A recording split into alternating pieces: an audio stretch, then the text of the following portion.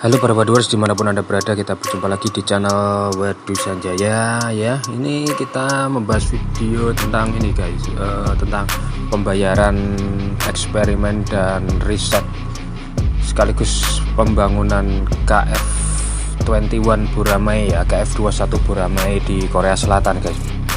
Bagaimana pembayarannya itu ya? Ayo kita lihat videonya guys.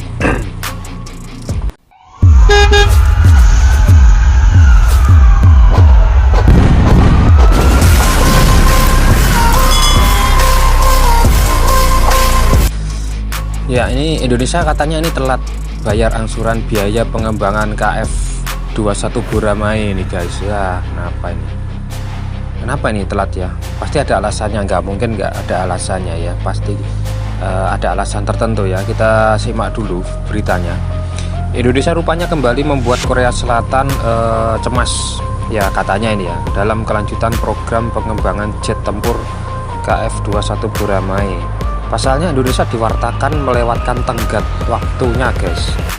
Jadwal pembayaran terbaru pada proyek yang dahulunya itu disebut KFX atau IFX ya. Dulunya itu namanya KFX, Korean Force X atau Indonesian Force X gitu ya singkatannya.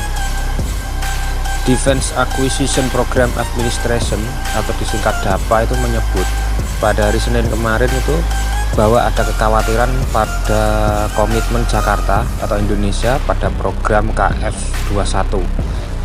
Mengutip dari Yonhap News Agency ya, kantor berita Korea ini guys, Korea Selatan, pada tanggal 3 Juli 2023 pada bulan Mei 2023 kemarin, Menteri Defense Acquisition Program Administration Eom Dong-hwan mengatakan pihak Indonesia telah setuju untuk memberikan pembayaran terbaru pada akhir Juni 2023 dalam upaya nyata untuk meredakan kekhawatiran atas bagian yang belum dibayar dari biaya proyek KFX atau IFX.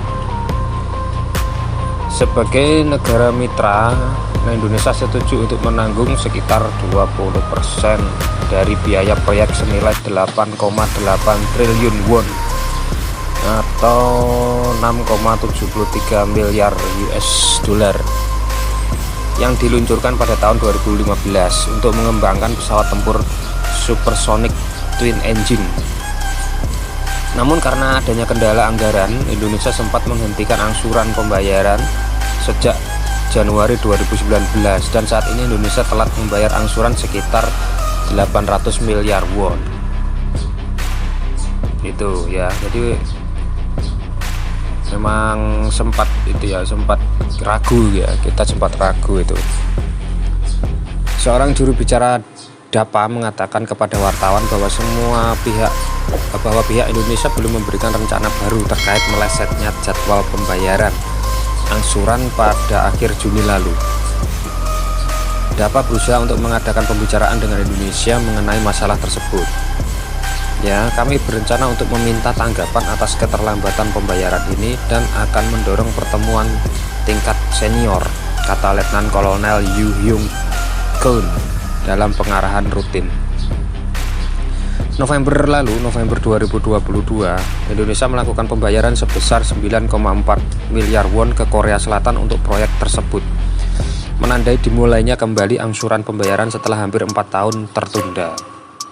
Indonesia juga telah melakukan pembayaran sekitar 41,7 miliar won pada bulan Februari 2023. Sejak proyek KFX IFX bergulir pada tahun 2016, disebutkan oleh media tersebut, total dana yang bakal digelontorkan mencapai 18 triliun won, terdiri dari 8 triliun won untuk riset pengembangan dan 10 triliun won dicanangkan untuk produksi massalnya untuk kebutuhan Angkatan Udara Korea Selatan.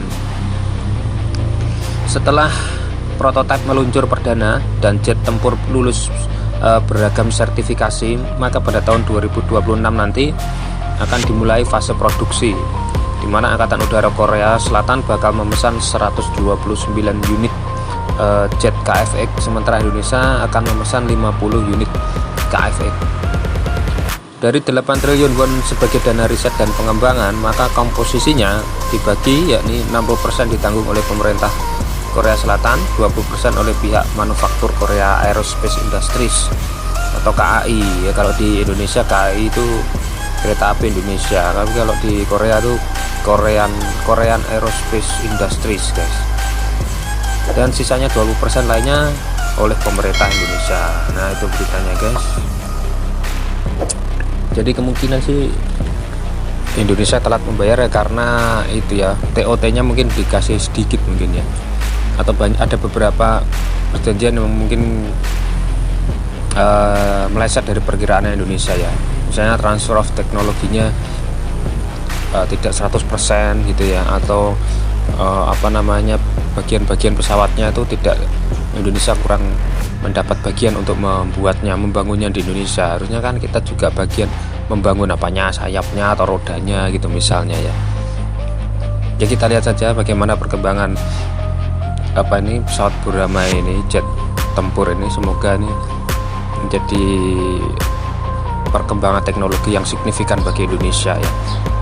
Ya, karena mengingat Cina ini sudah membangun pesawat-pesawat super canggih sekarang ini ya, dan sampai ketinggalan kita ya.